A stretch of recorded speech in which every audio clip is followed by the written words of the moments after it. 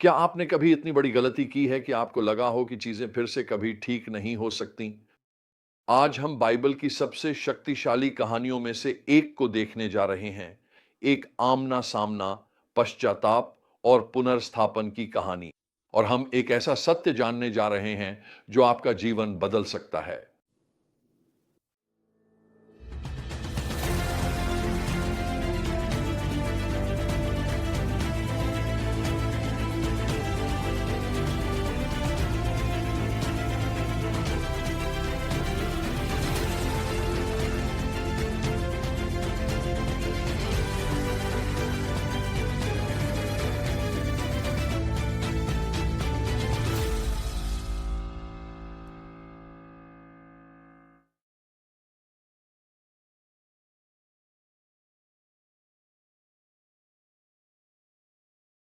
इन अंशों में मुख्य संदेश बहुत गहरा है।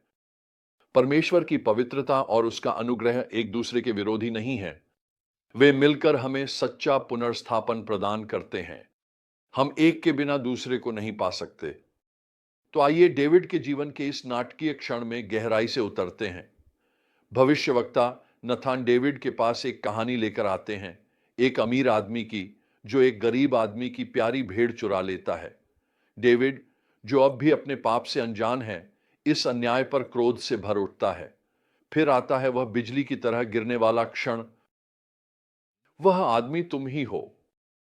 नथान के शब्द सीधे डेविड के दिल को चीर देते हैं और बतशेबा के साथ उसके पाप और उरिय्याह की हत्या को उजागर कर देते हैं। जो आगे होता है वह असाधारण है। डेविड कोई बहाना नहीं बनाता। वह खुद को सही ठहराने की कोशिश नहीं करता। वह बस कहता है, मैंने प्रभु के विरुद्ध पाप किया है। यह स्वीकारोक्ति दो सबसे सुंदर प्रायश्चित के भजनों की ओर ले जाती है। भजन 51 और 32। भजन 51 में हम डेविड को अपने पाप की गहराई से जूझते हुए देखते हैं। सुनिए उसकी पुकार, तेरे ही विरुद्ध, केवल तेरे ही विरुद्ध मैंने पाप किया है और तेरी दृष्टि में बुरा किया है।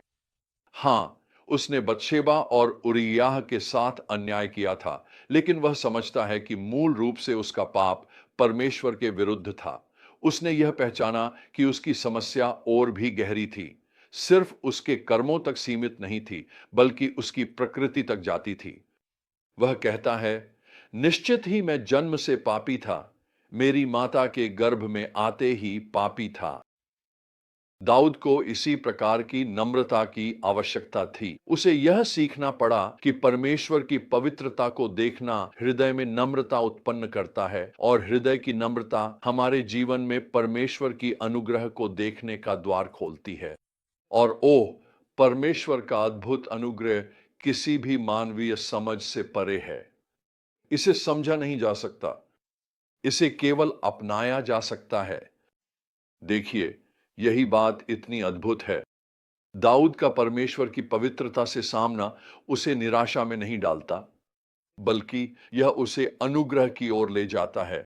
वह विनती करता है, हे परमेश्वर, मेरे भीतर शुद्ध हृदय उत्पन्न कर और नया कर, मेरे भीतर एक स्थिर आत्मा। उसे समझ में आ गया था कि उसे केवल क्षमा की ही नहीं, बल्कि रूपांतरण की आवश्यकता थी। दाऊद के पाप के परिणाम गंभीर थे। बतशेबा से जन्मा बालक मर गया और नातान ने भविष्यवाणी की कि तलवार कभी भी दाऊद के घर से नहीं हटेगी।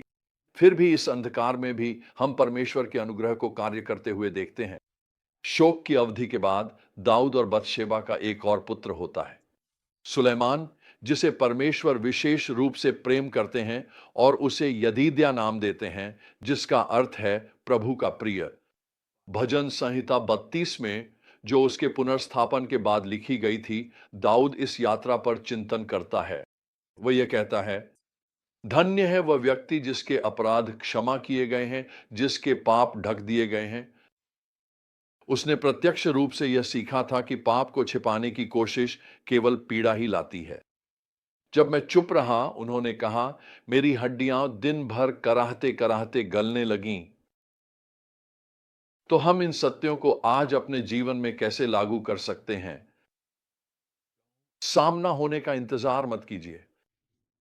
नियमित रूप से परमेश्वर के सामने अपने हृदय की जांच कीजिए और जब पाप का सामना हो तो तुरंत और पूरी ईमानदारी से प्रतिक्रिया दीजिए।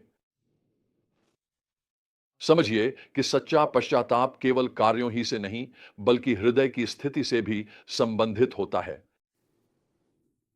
स्वीकार कीजिए कि क्षमा मिलने के बावजूद सभी परिणाम समाप्त नहीं हो सकते और इस पर विश्वास रखिए कि परमेश्वर की पवित्रता और अनुग्रह मिलकर आपके पुनर्स्थापन के लिए कार्य करते हैं। जैसे ही हम आज का समापन करते हैं, मैं चाहता हूं कि आप अपने जीवन के उन क्षेत्रों के बारे में सोचें जहां आप पाप के बारे में चुप हो। शायद आप परमेश्वर की पवित्रता का सामना करने से डरते हैं या शायद आपको विश्वास नहीं कि उसका अनुग्रह इतनी दूर तक पहुंच सकता है। दाऊद की कहानी को याद कीजिए।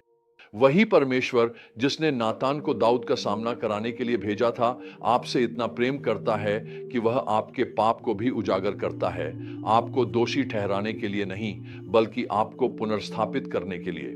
पुनर्स्थापन की राह ईमानदारी से शुरू होती है, पहले परमेश्वर के साथ, फिर अपने आप से और कभी-कभी दूसरों के साथ भी। क्या आप आज वह कदम उठाएंगे? क्या आप इस पर विश्वास करेंगे कि परमेश्वर की पवित्रता और अनुग्रह दोनों आपके भले के लिए कार्य कर रहे हैं? यह ईमानदारी से शुरू होता है और क्षमा प्राप्त करने पर समाप्त होता है। याद रखिए, एक टूटा हुआ हृदय और पश्चातापी आत्मा को परमेश्वर तुच्छ नहीं जानता। वह आपको पुनर्स्थापित करने के लिए प्रतीक्षा कर रहा है, जैसे उसने दाऊद को पुनर्स्थापित किया था।